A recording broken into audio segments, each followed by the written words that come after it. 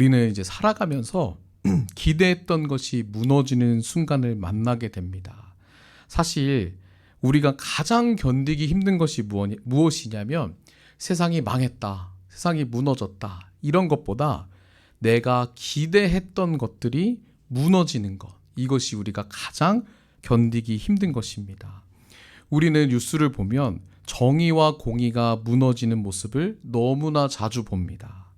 기대했던 그런 단체들이나 기대했던 기관들이나 기대했던 여러 가지들이 무너지는 순간들이 생각보다 우리의 삶에 굉장히 많습니다. 더 나아가서 하나님의 모습을 가장 먼저 보여주어야 할 교회와 그리고 성직자 또 성도들 가운데서도 부끄러운 일들을 우리가 마주할 때가 있다라는 것입니다. 교회를 기대하죠. 사람들이 공동체를 기대합니다.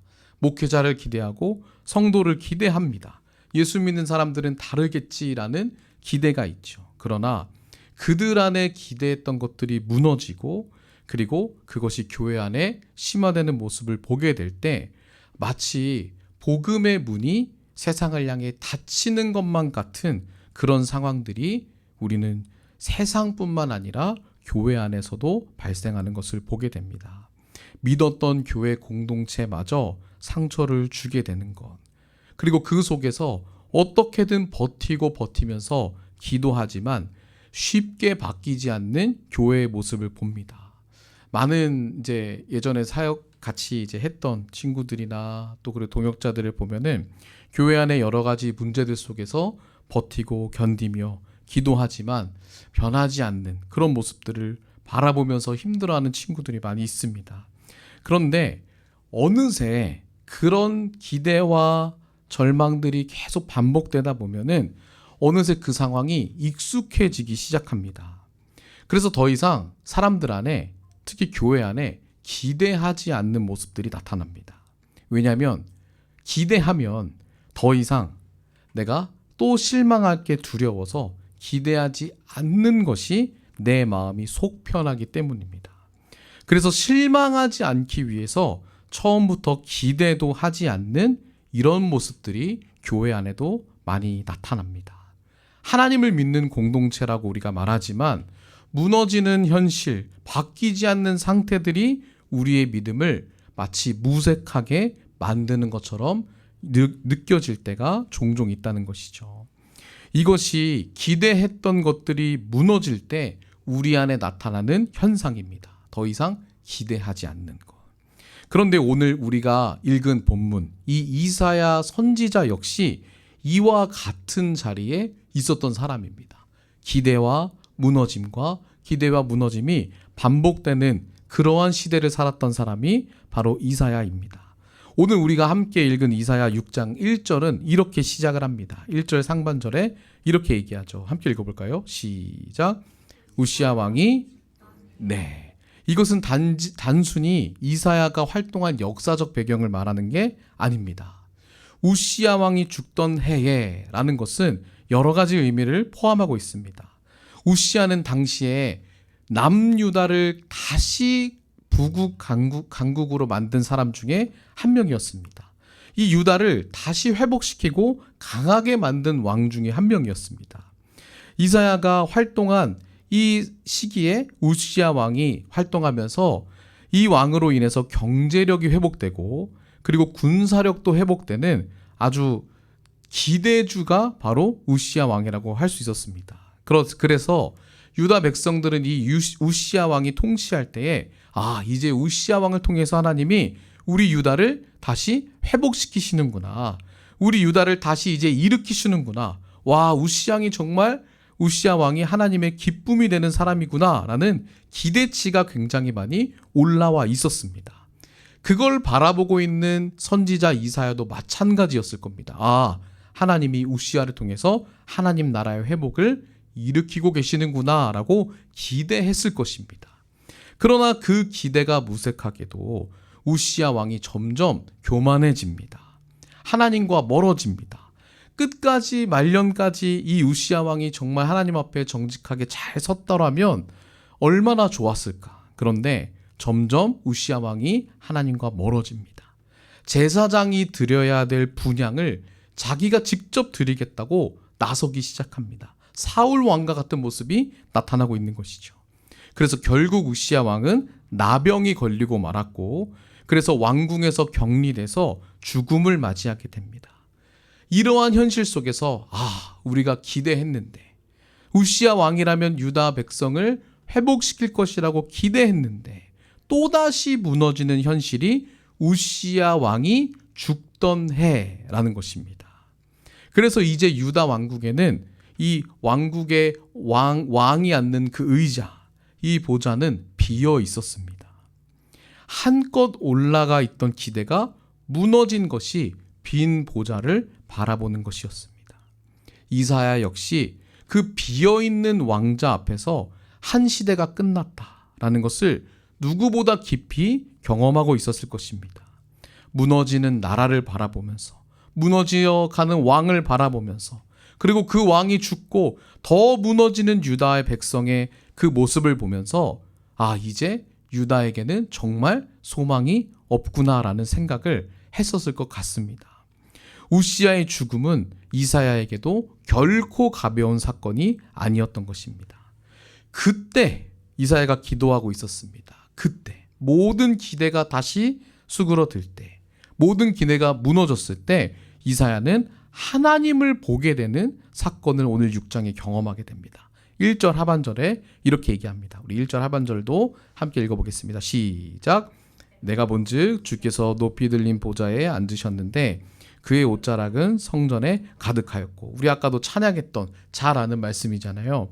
이 비어있는 보좌, 우시야 왕이 죽고 나서 비어있는 보좌로 인해서 절망하던 이사야는 뭘 보게 되죠? 높이 들린 보좌를 보게 되는 거예요. 이게 단순히 성전에 하나님의 임재가 가득하다 이런 수준의 말씀이 아니라 지금 우시야가 죽고 나서 진짜 이스라엘과 유다의 왕, 통치자가 누구인지를 이 높이 들린 보좌라는 이 구절을 통해 우리에게 이야기해주고 있는 것입니다. 비어있는 보좌로 인해 절망하던 이사야는 보좌에 앉으신 하나님을 보게 됩니다. 여기서 이 높이 들린이라는 표현은 단순히 위치가 아닙니다. 모든 왕 중의 왕, 모든 권세 위의 권세, 어떤 시대도 흔들 수 없는 이 하나님의 절대적인 통치를 높이 들린 보좌라고 표현하고 있는 것입니다. 유다 왕국의 보좌는 비어 있었고 늘 그 보좌에 앉아 있었던 왕들은 늘 기대를 저버렸던 왕들이었습니다. 그러나 이사야가 그 무너진 절망, 더 이상 기대할 수 없는 그 현실 한복판에서 이 하나님의 보좌를 발견합니다. 흔들리지 않는 하나님의 보좌. 이스라엘의 왕이신 하나님이 앉아 계시고 있음을 이사야가 지금 발견하고 있는 것이죠. 그래서 천사들이 찬양합니다. 보좌에 앉으신 하나님을 향해서 자기의 얼굴과 발을 가리면서 하나님을 찬양하죠. 3절 한번 읽어보겠습니다. 3절입니다. 시작. 서로 불러 이르되 거룩하다 거룩하다 거룩하다 만군의 여호와여 그의 영광이 온 땅에 충만하도다 하더라. 천사들이 외치는 찬양은 이사야의 시선을 완전히 새롭게 했습니다. 이사야와 유다 백성의 시선은 어딜 향해 있었죠? 항상 유다 땅, 그리고 비어있는 보좌, 그리고 왕, 여기에만 국한되어 있었습니다. 이 유다 왕의 보좌에만 머물러 있었던 것이죠.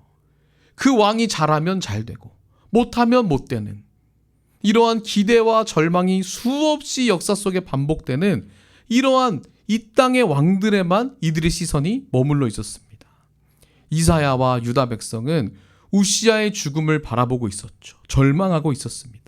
그러나 오늘 본문에 나타난 이 천사들은 그 우시야 왕이 죽었다라고 말하지 않습니다. 그 우시야 왕 때문에 이렇게 되었다라는 소식을 전하지 않습니다. 천사가 대부분 소식을 전한다고 나오는데 여기서 나오는 천사는 찬양하고 있습니다.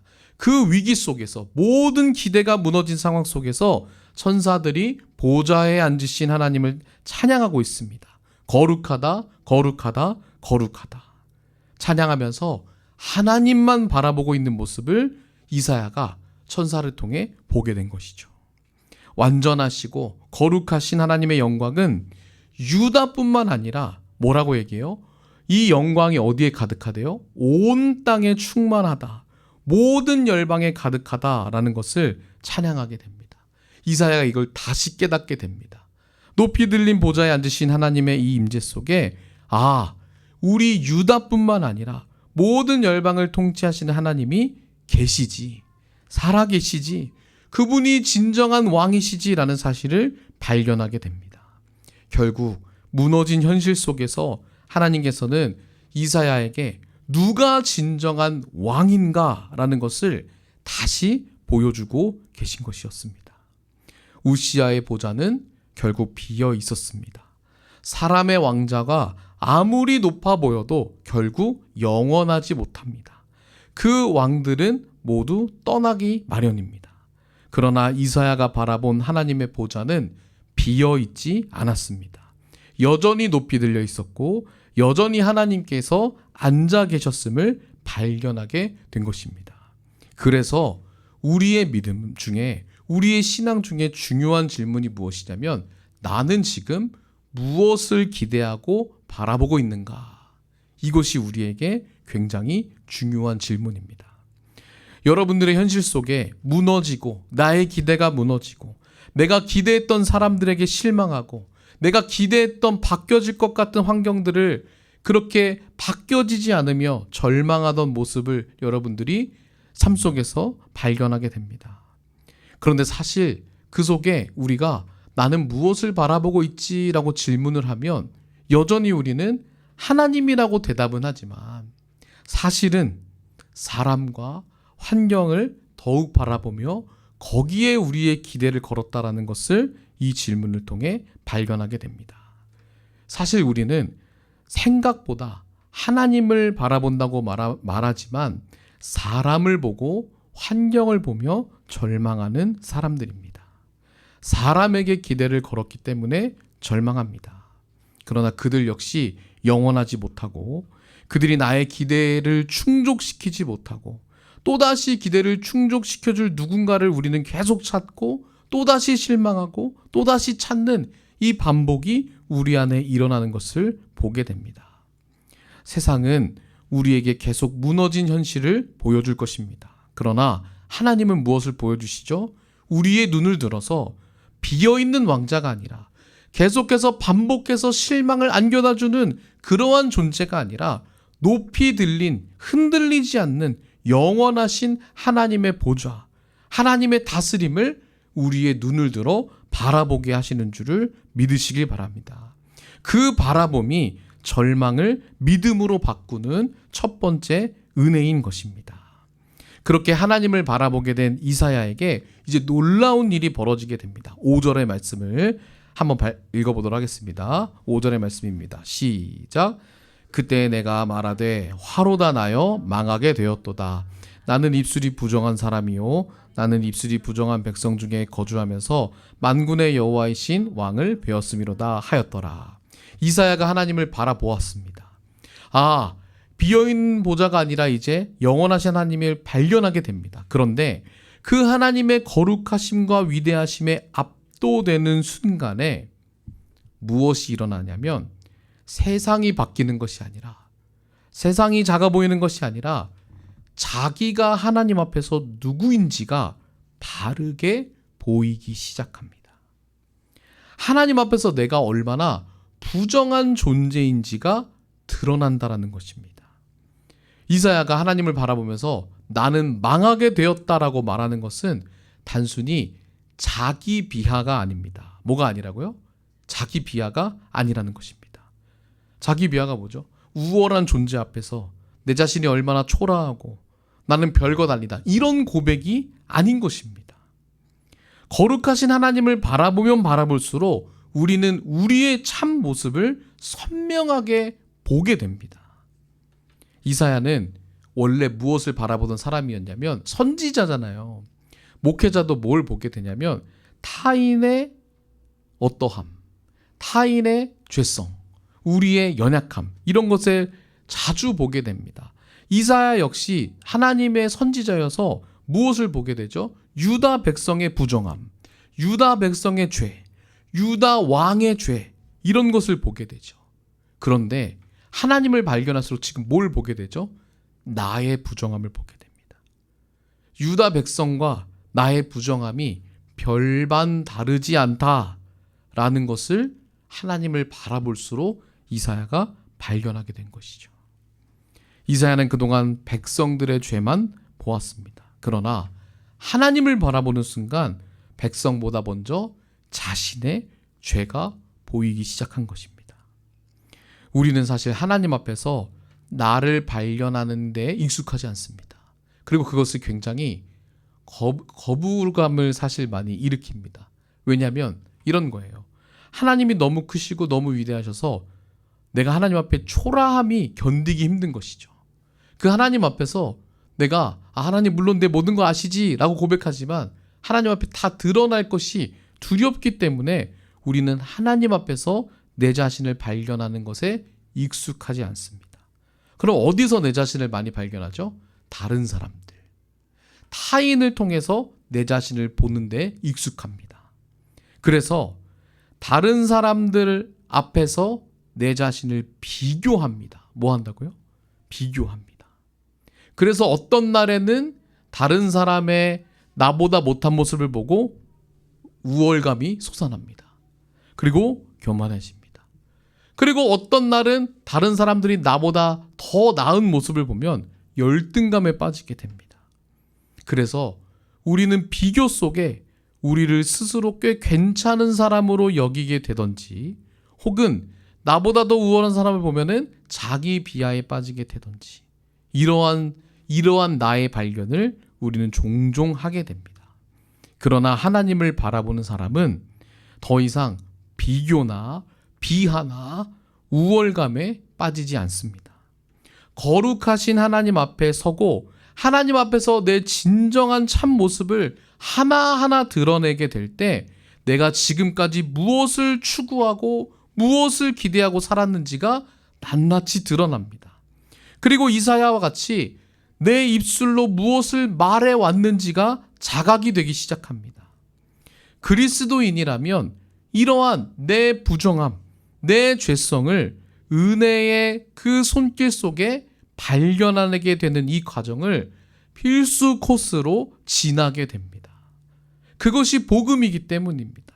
복음은 우리가 얼마나 하나님 없이 잘 살아왔는지, 얼마나 내가 하나님을 믿는다고 바라본다고 말하면서 죄를 사랑하고 타인과의 비교를 통해서 우월감을 얻고 자기 비하를 하며 살아갔는지가 드러나게 됩니다.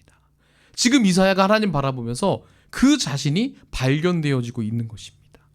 그런데 하나님께서는 그렇게 우리의 죄를 깨닫게 하실 뿐만 아니라 우리의 부정함을 그렇게 밝히 드러내시고 그걸 통해서 너 부정하지? 이렇게 말씀하시고자 하심이 아니라 이 부정함을 발견한 이사야를 정결하게 하시기 시작합니다. 우리 6절과 7절을 다시 한번 읽어보겠습니다. 6절 7절입니다. 시작.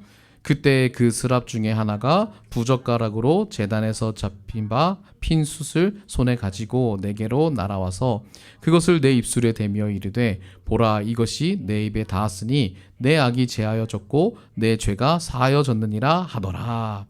자신의 부정함을 발견하는 이 자리에서 하나님께서 정결하게 하시는 은혜를 입게 됩니다. 이 제단의 숯을 천사가 이사야 입에 가져다 댑니다. 이것은 뜨겁잖아요. 숯을 입에 갖다 대면 어떻게 될까요?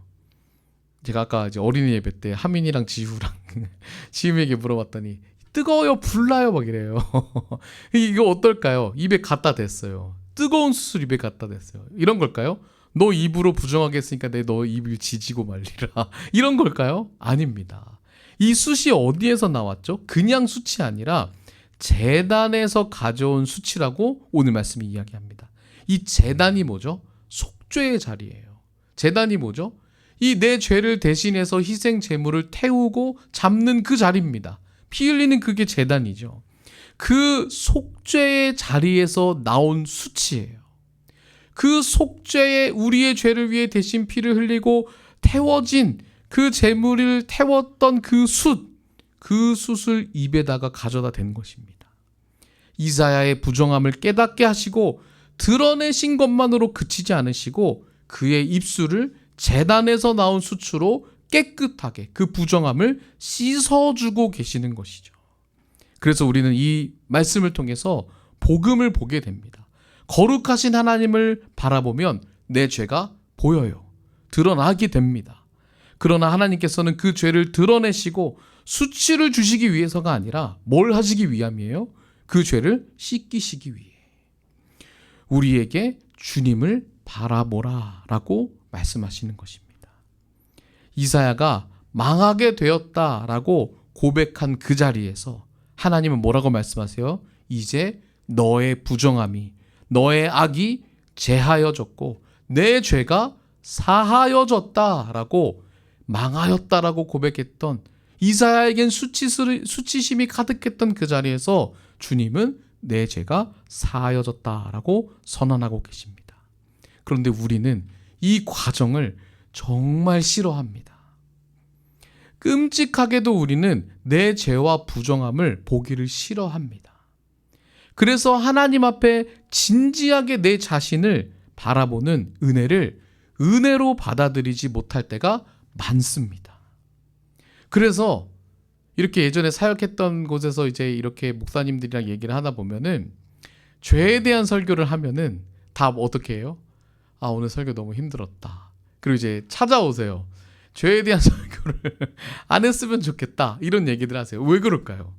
찔려서예요. 찔려서.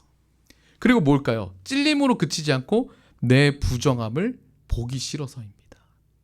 어디에서 익숙한 거예요? 하나님 앞에서 내 자신을 발견하는 거에 익숙한 게 아니라 타인보다, 내가 저 사람보다는 낫지, 내가 저 집사보단 낫지, 내가 저 권사보단 낫지, 저 사람 집사인데 저렇게 신앙생활 저렇게 하는데 내가 저 사람보다는 낫지. 우리는 여기에 익숙하다 보니까 하나님 앞에서 내가 얼마나 부정한지를 발견하지를 못합니다. 은혜를 은혜로 받아들이지 못할 때가 많다라는 것이죠. 베드로가, 여러분 베드로 잘 아시죠? 베드로가 예수님께 처음 부르심을 받은 장면 여러분 기억하세요? 어느 날 자신의 배 위에 예수님이 찾아옵니다. 그 예수님 말씀을 듣죠. 그 예수님께서 고기를 못 잡고 실망했던 베드로에게 뭐라고 말씀하세요? 다시 배를 띄워라 이릅니다. 그리고 고기 잡지 못해서 실망했던 베드로를 향해서 깊은 곳에 내려가 그물을 던져라 라고 말씀하세요. 그리고 그물을 던졌더니 어떻게 돼요? 배가 가라앉을 정도로 대박이 터진 거예요. 엄청나게 늘 꿈꿔왔던 만선의 꿈이 예수님을 통해 이루어진 겁니다. 그렇게 그토록 꿈꾸던 만선의 꿈이 이루어졌어요. 그런데 베드로의 반응이 정반대예요. 와, 예수님을 믿었더니 만선을 잃었네. 나이스. 역시 예수님 로또. 이렇게 한 게 아니에요. 베드로의 반응을 보면은 참 아이러니합니다. 누가복음 5장 8절의 말씀 한번 읽어볼게요. 누가복음 5장 8절입니다. 함께 읽겠습니다. 시작. 시몬 베드로가 이를 보고 예수의 무릎 아래 엎드려 이르되 주여 나를 떠나소서 나는 뭐래요? 나는 죄인입니다라고 갑자기 고백을 해요. 여러분들이 기대했던 기도 제목들이 있잖아요. 그죠? 집이 좀 더 집값이 올랐으면 좋겠다. 이렇게 기대해서 집값이 올라갔어 만약에. 근데 이렇게 고백하는 거예요. 주님 저는 죄인입니다. 왜 이렇게 기도할까요? 왜 이렇게 고백할까요? 그렇게 이루고 싶었던 꿈이 이루어졌는데도, 기대했던 것이 이루어졌는데도 베드로는 주님 저는 죄인입니다 라고 고백을 해요. 왜 그렇죠? 예수님의 찾아오심으로 인해서 내 죄와 부정함을 보게 된 것이죠. 내가 얼마나 헛된 것을 기대하고, 내가 얼마나 그것을 이루기 위해 얼마나 부정한 방법을 많이 쓰고, 내가 그것을 이루기 위해서 얼마나 하나님을 이용하며, 내가 그것을 이뤄내기 위해서 얼마나 거기에만 열중했던 나의 부정함을 발견하게 되는 것입니다. 그래서 베드로가 자기 자신의 배 위에 꿈은 이루어졌지만 예수님이 계신 걸 보고, 예수님 저는 견딜 수가 없습니다. 주님 저를 제발 떠나 주십시오라고 고백합니다. 그런 베드로를 예수님 어떻게 하셨죠? 그래 알았어 갈게 안녕 이러겠나요? 아닙니다. 주님은 베드로를 향해서 정결하게 하시고 주님을 닮아가게 하는 사람을 낚는 어부로, 제자로 그 자리로 다시 부르고 계셨던 것입니다. 주님을 견디지 못해서 내 부정함 때문에 하나님을 내가 바라볼 수 없고 내가 기대했던 것을 이뤘음에도 불구하고 내가 하나님으로 인해서 내 양심이 찔리고 더 이상 하나님과 함께하기 싫고 그것이 너무나도 거부감이 드는 그 자리에서 예수님 뭐라 하세요? 내가 너를 사람 낚는 어부로 부르고 있다. 나와 함께 가자. 라고 끝까지 베드로를 향해 하나님을 바라보는 자로 부르고 계셨던 것입니다. 하나님께서는 그렇게 타인과 환경으로 인해서 늘 기대와 절망을 소비하며 우월함과 비하를 냉탕과 온탕처럼 넘나드는 우리의 삶을 새롭게 하시기를 원하시는 분이심을 믿으시길 바랍니다. 하나님은 오늘도 우리를 비교의 자리로 부르지 않으십니다. 타인과의 비교를 통해서 나를 발견하는 자리로 부르시지 않으세요. 거룩하신 하나님 앞에 서는 자리로 부르십니다. 그 자리에서 내가 얼마나 부정한 자인지를 깨닫는 자리로 부르십니다. 그리고 그렇게만 내버려 두지 않으시고 우리를 정결하게 하시는 자리로 부르십니다. 하나님을 끝까지 바라보는 자리로 부르고 계시는 것입니다. 그렇게 그 하나님의 다스림에 응답하여 하나님을 끝까지 바라보는 사람은 결국 하나님을 닮아가게 됨을 믿으시길 바랍니다. 하나님을 본 사람은 하나님을 그 본 자리에만 머물지 않습니다. 나 이제 정결하게 됐다. 나 이제 주님의 제자다. 나 주님이 이렇게 새로운 삶을 허락하셨다. 라고 거기에만 머물지 않습니다. 다시 새로운 정체성을 가지고 새로운 시각을 가지고 타인과 비교하지 않으며 하나님을 끝까지 바라보는 시각을 가지고 다시 현실로 돌아갑니다. 이제 우리를 무너지게 만드는 것을 바라보며 살아가는 사람이 아니라 하나님을 바라보며 현실을 재해석하는 사람으로 살아가게 된다라는 것이죠. 그렇게 자기의 부정함이 씻긴 이 이사야에게 이제 하나님 말씀이 들려지기 시작합니다. 8절의 말씀을 다시 한번 읽어보겠습니다. 8절입니다. 시작. 내가 또 주의 목소리를 들으니 주께서 이르시되 내가 누구를 보내며 누가 우리를 위하여 갈꼬 하시니 그때 내가 이르되 내가 여기 있나이다. 나를 보내소서 하였더니 라고 이야기하십니다. 하나님이 깨끗해졌으니까 너 나를 위해 가라 라고 말씀하시지 않으세요. 강요하시지 않으신다라는 겁니다. 그리고 하나님께서는 유다를 향한 안타까운 심정을 이사야에게 들려주시고 계세요. 누가 나를 위해 갈고 누가 우리를 위해 유다 땅을 향해 갈까라고 이 안타까운 심정과 함께 이사야에게 이 질문이 들려옵니다. 그런데 이 이사야가 이렇게 대답하죠. 뭐라고 해요? 내가 여기 있나이다. 나를 보내주소서라고 대답합니다. 근데 이 대답은 단순히 내가 은혜를 입어서 주님 저 선교 갈게요. 이 정도가 아닙니다. 제가 예전에 신학교 처음에 시험 볼 때 면접 볼 때 예수님을 만났대요. 옆에 있던 사람이 예수님 만났는데 예수님 언제 만났어요? 했더니 지난주에요. 이러는 거예요. 그럼 뭐라 그래요? 지난주에 예수님 만나서 저 주님이 신학교 가라 그래서 사역자 하라 해서 온 겁니다. 그러니까 뭐예요? 은혜가 너무 충만해서 저 그래서 주님 저 가겠습니다. 이 정도가 아니라는 겁니다. 지금 이사야가 주님 저를 보내소서라고 말하는 것은 그냥 단순히 은혜의 충동적인 그 손듦이 아니라는 거예요.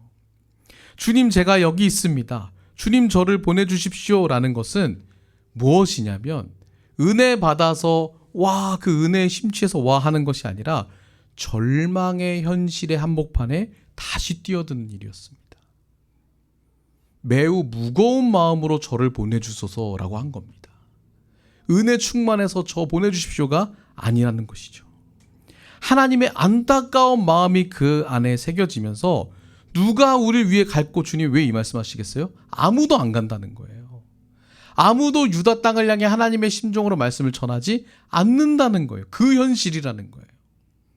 그런데 그 주님의 안타까운 마음을 가지고 가야 될 곳이 어떤 곳이냐? 구체적으로 하나님이 이렇게 말씀하세요. 9절에서 10절 함께 읽어보도록 하겠습니다. 10절에서 상반절까지인데 9절에서 10절의 상반절까지 말씀 함께 읽겠습니다. 시작.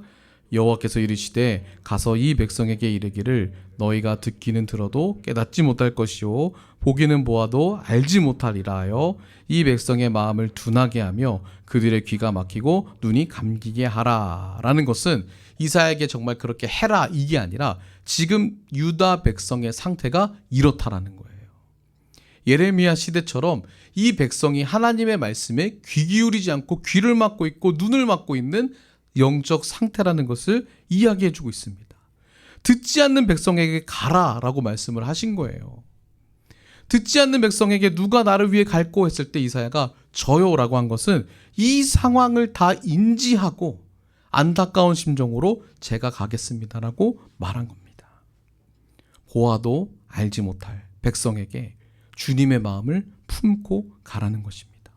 쉬운 사명이 그리고 이렇게 충동적으로 결정할 사명이 아니었던 것이죠. 열매가 하나도 보이지 않는 사명이었던 것입니다. 성공할 가능성이 매우 낮은 사명이었던 것입니다. 처음부터 거절당할 사명이었던 거예요. 저는 그러면 못 갈 것 같아요. 하나님이 저에게 이렇게 교회를 개척하게 하시고 준비하게 하시는데 너 평생 죽을 때까지 성도 없을 수도 있다. 만약에 이렇게 얘기하시면 할까요? 안 할까요? 여러분 만약에 그런 말씀을 들으시면 해요? 안 해요? 주저하겠죠. 왜요? 그럼 뭐 할러 해? 열매도 없는데. 그죠? 그럼 뭐 할러 해? 나에게 어떤 이득이 없는데. 이렇게 생각하는 것이 우리의 일반적인 생각입니다. 그런데 이사야가 무거운 마음으로 저를 보내주소서 한 거예요. 성공할 가능성이 낮은 것 정도가 아니라 아예 거절당할 사명이었습니다. 갔는데 아무도 말씀을 듣지 않아요. 갔는데 무슨 소리 하냐고 코웃음 칩니다. 설교를 전하고 말씀을 전하는데 귀를 막습니다. 이런 상황에서 하나님이 계속 하라는 겁니다. 하나님께서는 이사야에게 그런데 네가 가면 유다 사람들이 변할 거야 라고 말씀하시지 않으세요. 오히려 그들은 듣지 않을 거다라고 말씀하십니다. 그런데 이사야는 이 사명을 수십 년간 감당합니다. 여러 차례 왕이 바뀌는 역사 속에서 3명의 왕이 바뀌는데 더 완악해져가는 유다를 바라보면서 말씀을 전해야만 했습니다. 말씀을 전해도 나아져요, 안 나아져요? 안 나아져요. 말씀을 전해도 더 심해집니다. 사람들이 듣지 않고 완악해짐이 더 심해집니다. 그리고 외부적으로는 아수르 제국의 위협이 계속 유다 가운데 커져가고 있고 멸망이 자꾸자꾸 다가오는 그런 상태였어요. 열매가 보이지 않는 것뿐만 아니라 점점 무너지는 현실 속에 이사야는 다시 뛰어들어가야 했다라는 것입니다. 계속해서 무너지는 현실과 완악해져서 더 이상 듣지 않는 백성, 가장 하나님 앞에 바르게 서야 할 왕들도 하나님을 떠나게 되는 그 앞으로의 현실 속에서 이사야가 끝까지 이 사명을 감당할 수 있었던 이유가 무엇일까요?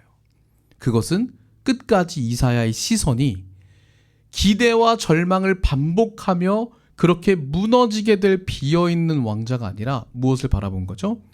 영원히 흔들리지 않는 하나님의 통치를 끝까지 바라보았기 때문입니다. 이사야는 자기가 사역해서 맺혀질 열매를 바라본 것이 아니에요. 더 나아질 사람들과 현실들을 바라보고 사역한 것이 아닙니다. 무엇을 바라보고 한 것이죠? 영원히 흔들리지 않는 하나님의 보좌를 보았기 때문에 끝까지 그 길을 걸어갔던 사람이 바로 이사야입니다. 그리고 이사야 6장은 이렇게 마무리됩니다. 13절 말씀 함께 읽겠습니다. 13절입니다. 시작. 그 중에 10분의 1이 아직 남아있을지라도 이것도 황폐하게 될 것이나 밤나무와 상수리나무가 배임을 당하여도 그 그루터기는 남아있는 것 같이 거룩한 씨가 이 땅에 그루터기니라 하시더라 라고 이야기합니다. 모든 것이 다 유다에게 멸망될 거다. 배임을 당할 거다. 심판과 같은 현실이 유다 가운데 펼쳐질 거다라고 말씀하세요.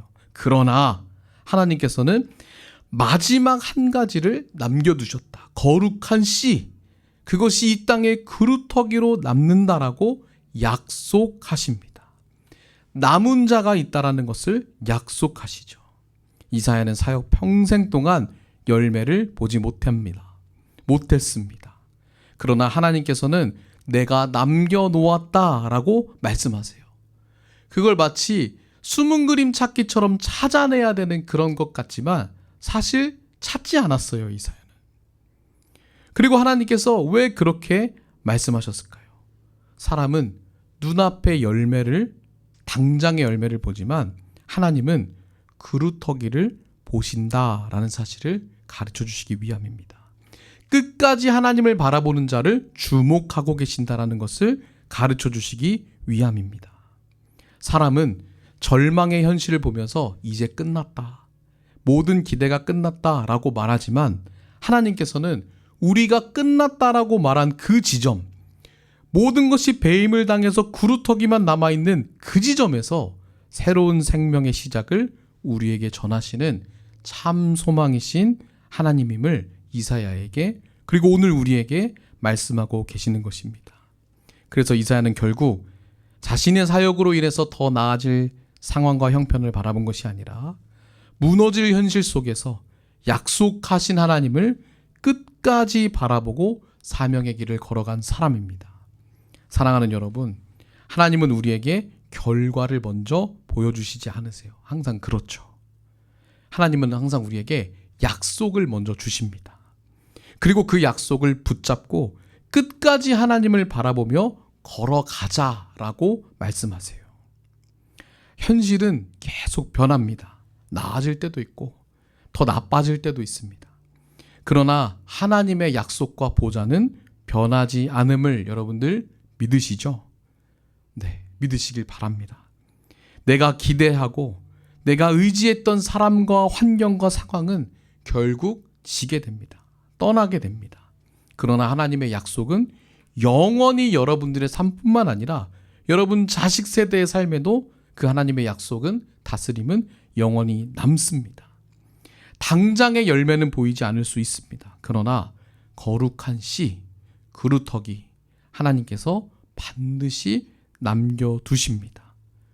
그래서 하나님을 끝까지 바라보는 사람이 되도록 우리에게 오늘 이 말씀을 들려주고 계신 것입니다. 사랑하는 여러분, 무너지는 현실 앞에서 우시아의 빈 보좌를 바라보고 계시지는 않습니까? 아니면은 높이 들린 하나님의 보좌를 나는 바라보고 있는지, 오늘 우리 스스로에게 이 말씀을 통해 질문해 보기를 원합니다. 더 나아질 상황이나 내 기대를 충족시켜줄 누군가를 하염없이 기다리거나 지쳐서 더 이상은 기대하지 않는 상태는 아닌지 오늘 말씀을 통해 우리 자신을 돌아보기를 원합니다. 하나님을 바라본다는 것은 현실을 외면하는 것도 아닙니다. 오히려 무너지는 현실보다 더 크신 하나님을 끝까지 바라보며 그 현실에 뛰어드는 것입니다. 계속 무너질 것들을 보여주는 세상을 등지고 사는 것이 주님을 바라보는 것이 아닙니다. 하나님은 모든 것이 끝난 것 같은 그 자리에서도 거룩한 씨를 반드시 남겨두셨다고 말씀하시는 분이십니다. 사람이 끝이라고 말하지만 하나님은 그루터기에서 다시 생명을 다시 공급하시고 시작하시는 분이심을 여러분들 믿으시길 바랍니다. 그 일을 반드시 이루실 영원하신 왕이신 하나님을 끝까지 바라보는 여러분들 되시길 주님의 이름으로 축복합니다. 하나님의 보좌는 결코 흔들리지 않습니다. 그래서 우리가 하나님을 끝까지 바라볼 수 있습니다. 하나님을 바라보는 사람이 끝까지 믿음의 여정을 걸어갈 수 있습니다. 함께 우리가 하나님 앞에서 살아가는 사람이 되기를 축복합니다. 흔들리지 않는 하나님 나라를 날마다 소망하는 그 믿음이 여러분들 안에 더욱더 자라나기를 소망합니다. 주님께서 우리 모두에게 이 믿음을 부어주시고 우리의 눈을 들어서 다시 주님을 바라보는 은혜를 우리에게 허락해 달라고 함께 기도하며 나아가는 우리 사랑하는 모든 성도님들 되시길 주님의 이름으로 축복합니다.